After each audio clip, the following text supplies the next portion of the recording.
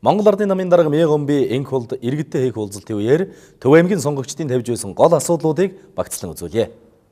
Улсын хэмжээнд 6-аас 17 насны нийт 570 мянган гаруй хүүхдээс ерөнхий улс хурлын сургуульд 500 мянган орчим хүүхэд сурч 25 мянган орчим хүүхэд ямар нэгэн шалтгаанаар сургуульд хамрагдаагүй байна. Тэдгээрийн нэгэн хэсэг нь малчин өрхийн 6 настай хүүхдүүд.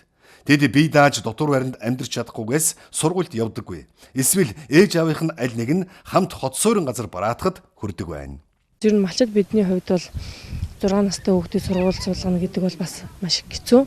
Хоёр талд амьдрах болдог. За ер нь бол яг төв сүрэнгийн айлууд бол тэгээд яг ажил төрөлтэй ч гэсэн яг нэг суурин байдаг болохоор наан сар хүүхдүүдэд болгоод байдаг хаалт.